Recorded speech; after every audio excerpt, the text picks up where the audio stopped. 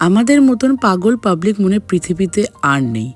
আমরা বন্ধুরা মিলে প্ল্যান করলাম যে একটা বেলার জন্য আমরা মন্দারমণি যাব। যেই ভাবনা সেই কাজ, সঙ্গে সঙ্গে আমরা গাড়ি বুক করে ফেললাম আর বেরিয়ে পড়লাম সকাল সকাল মন্দারমণির উদ্দেশ্যে।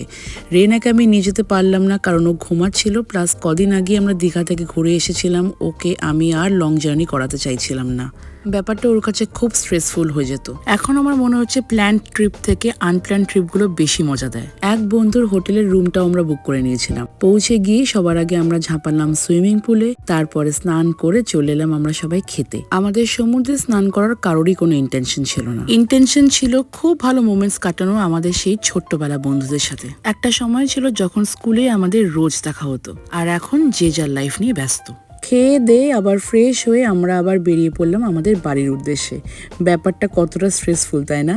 কিন্তু যতটা স্ট্রেসফুল ততটাই এক্সাইটিং আর ততটাই মেমোরেবল। এই সবের মধ্যে আমি ভুলেই গেছিলাম যে রামনবমী ছিল।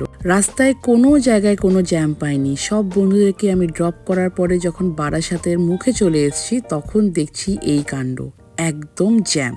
সেই সকালবেলা বেরোনো, আবার বিকেলবেলা ফেরত আসা, আর ডিস্টেন্সটা কিন্তু মোটেই কম না। কিন্তু এত সুন্দর একটা দিন কাটানোর ফলে আর একটুও টায়ার লাগছিল না।